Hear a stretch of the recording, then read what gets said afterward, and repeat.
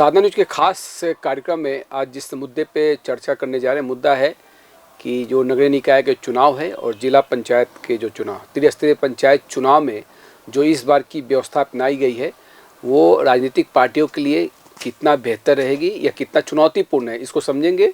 और राजनीतिक विश्लेषक के तौर पे आनंद मिश्रा जी हमारे साथ में मौजूद है, उनका स्वागत करना चाहूँगा।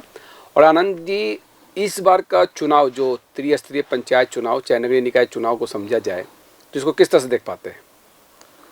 ये चुनाव नए नेतृत्व का उदय होने का एक कारण बनेगा, जो कि जिला पंचायत और नगरीय निकाय के जो चुनाव हैं, महापौर के और नगर निगम अध्यक्ष के, नगर पालिका अध्यक्ष के, वो डायरेक्ट होने वाले हैं, जनता चुनेगी।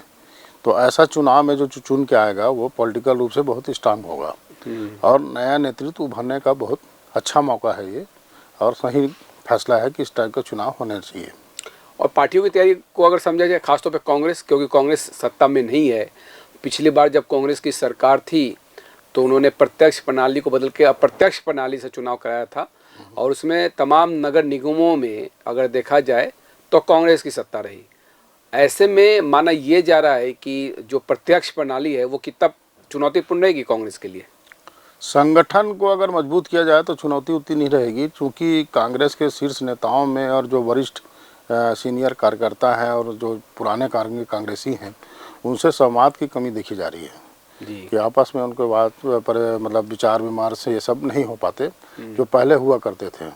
आज से 20 साल के आप आकलन करिए, किसी भी कांग्रेस के सीनियर नेता ने कोई जिला स्तरीय या ब्लॉक स्तरीय या राजधानी स्तरीय में कोई भी आम सभा की बिना चुनाव के, कार्यकर्ता सम्मेलन किया नहीं हुआ। तो जो गैप है वो गैप को ठीक करना चाहिए। और एक जो पहले होते थे कि जिला में और ब्लॉक में, उसके बाद सेंट्रल में आपका आम सभा, कार्यकर्ता सम्मेलन, ये सब चलते रहना चाहिए जब आपस में संवाद स्थापित हो सके। मतलब एक बहुत बड़ा अंतर कार्यकर्ताओं के बीच में देखने को मिल रहा है। हाँ, क्योंकि जमीनी स्तर पे क्या आपको लगता है कि कार्यकर्ताओं की अनदेखी हो रही है? पुराने जो कांग्रेसी हैं लगभग शांत हो गए हैं, घर में बैठे हैं। और अभी भी आप संगठन को देखेंगे तो जहाँ का जिला अध्यक्ष है, वहाँ का प्रभारी महामंत्री है, उसके अलावा अन्य कौन कौन सदस्य है, कौन क्रियाशील सदस्य है की सूची उन्हीं के पास नहीं रहती जी, बड़े नेताओं को छोड़िए। अच्छा, तो ये चुनौती है कांग्रेस के लिए। कांग्रेस में संगठन को मजबूत करना बहुत ज़रूरी है। पुरानी जो रीति नीति थी उसको पालन करने वाला हो और नए लोगों को भी आप चांस देते हो तो वो कांग्रेस से कितना जुड़े हैं और उसके थीम को क्या समझते हैं, ये पहला मुद्दा होना चाहिए, तब उसको जोड़ो। जिला पंचायत के भी जो निर्वाचन की जो प्रक्रिया है, जिसमें आरक्षण की प्रक्रिया को पूरा भी कर लिया गया है, तो त्रिस्तरीय पंचायत में भी, क्योंकि पार्टी सिंबल तो रहता नहीं है पंचायत चुनाव में, लेकिन कहीं ना कहीं इनडायरेक्ट तौर पे पार्टी इन्वॉल्व रहती है। पार्टी का इफेक्ट तो रहता है जी, भले उस सिंबल पे ना हो, लेकिन जो विचारधारा, जैसे जो भाजपा विचारधारा का वो व्यक्ति उधर ही जाता है, जो कांग्रेस विचारधारा वाला उधर आता है, और अन्य जो पार्टियां यहाँ छत्तीसगढ़ में उनका उसका अपना अस्तित्व नहीं है। चलिए, लेकिन एक ये भी बात थी कि भी एक देश एक चुनाव की बात हो रही थी और बीच में ये भी चर्चा थी कि पहले नगरीय निकाय के चुनाव हो जाए फिर त्रिस्तरीय पंचायत चुनाव कराए जाएंगे, लेकिन अब एक साथ कराने की जो बात हो रही है उससे आपको क्या लगता है, कितना जो एक देश एक चुनाव, साथ ही एक राज्य में नगरीय निकाय चुनाव और त्रिस्तरीय पंचायत चुनाव भी साथ होंगे, तो इससे क्या परिवर्तन, आप इससे क्या बदलाव देख पा रहे हैं?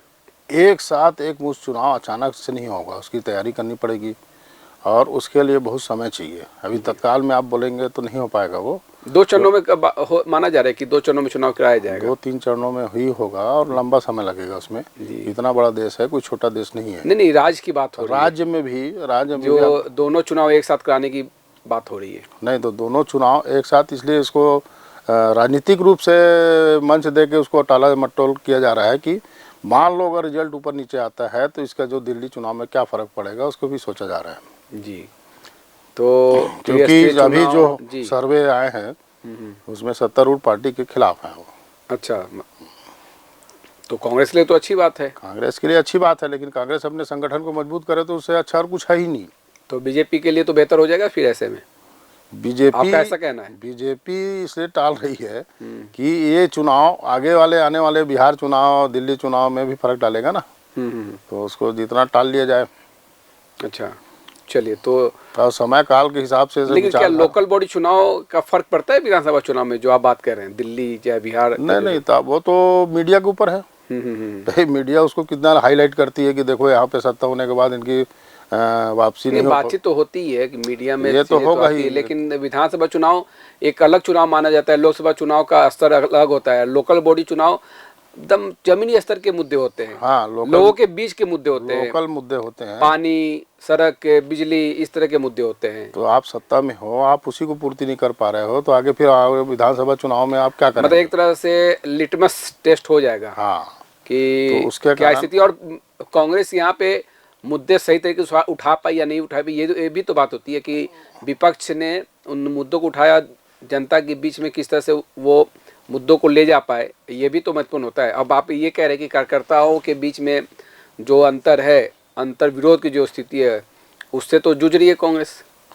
वो तो है, लेकिन सत्तारूढ़ पार्टी अगर कुछ अपने वादे और घोषणाओं को साल भर बीतने के बाद भी पूरा नहीं कर पाई, तो उसके भी इफेक्ट इसमें देखने मिलेंगे ना, चाहे धान खरीदी हो। लेकिन अक्सर ये भी होता है आनंद जी कि वादे पार्टियां करती है और उन वादों को पूरा करने में एक पूरा समय भी लग जाता है। 5 साल में भी कई वादे पूरे नहीं होते हैं।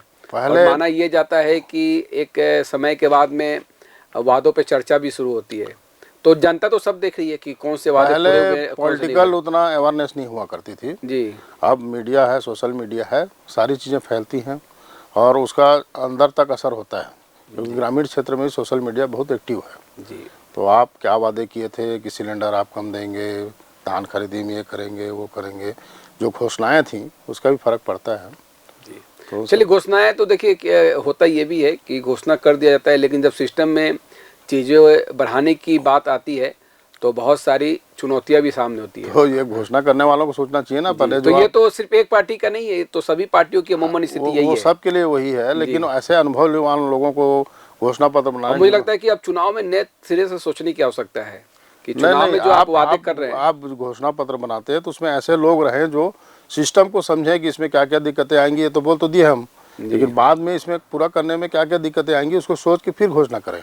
जी, और निश्चित तौर वोट पे। के चक्कर में कुछ भी बोलने का कोई औचित्य नहीं है। जी, और इस पे तो एक लंबी जिरा भी चली थी कि रेवड़ी जो कल्चर है, हाँ, वो देश में ज़्यादा फैल रहा है। देश में ज़्यादा फैल रहा है। अब इस पे नेता- सुप्रीम कोर्ट ने भी अपनी बातें रखी थी। तो मुझे लगता है कि जनता भी सब समझती है, जानती है। और वादों का क्या, वादे जो किए गए उन वादों से जनता को राहत ही चाहिए।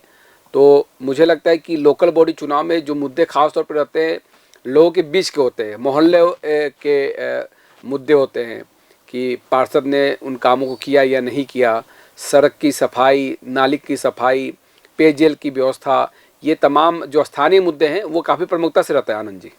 वो तो उनकी व्यक्तिगत इमेज भी काम आती है जो प्रत्याशी है उसकी। दूसरा ये कि आज जो राजनीति चल रही है वो जनता नेता के पीछे नहीं जा रही है, जी, नेता जनता के पीछे भाग रहा है और जनता डाइवर्ट हो रही है। मतलब आप इसके पीछे अवेयरनेस बोलेंगे कि पहले awareness आया है। पहले जो मार्स लीडरशिप होती थी जिसके पीछे जनता जाती थी, जो नेता ने बोल दिया वो फॉलो होता था। जी, तो वैसा नेता अब बनाना पड़ेगा क्योंकि उसकी बहुत कमी होती जा रही है। चलिए, तो एक नई बात यहाँ पे आनंद जी ने कही। वे राजनीति में गांधी जी एक चेंजेस आया है राजनीति की परिभाषा में।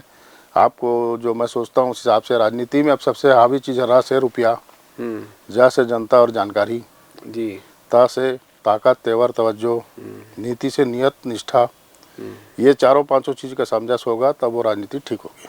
चलिए, तो काफ़ी महत्वपूर्ण चर्चा हुई है। मुझे लगता है कि नगरीय निकाय चुनाव और त्रिस्तरीय पंचायत चुनाव में स्थिति हम समझ रहे थे कि पार्टियों की क्या तैयारियां है और इसमें जनता की जो नब्ज है वो पार्टियां पकड़ पा रही है, नहीं पकड़ पा रही हैं, समझ पा रही हैं, नहीं समझ पा रही हैं। तमाम पहलू पर चर्चा करने के लिए आनंद जी आपका बहुत बहुत धन्यवाद। साधना न्यूज़ पर खबरों का सिलसिला जारी रहेगा। Back to studio.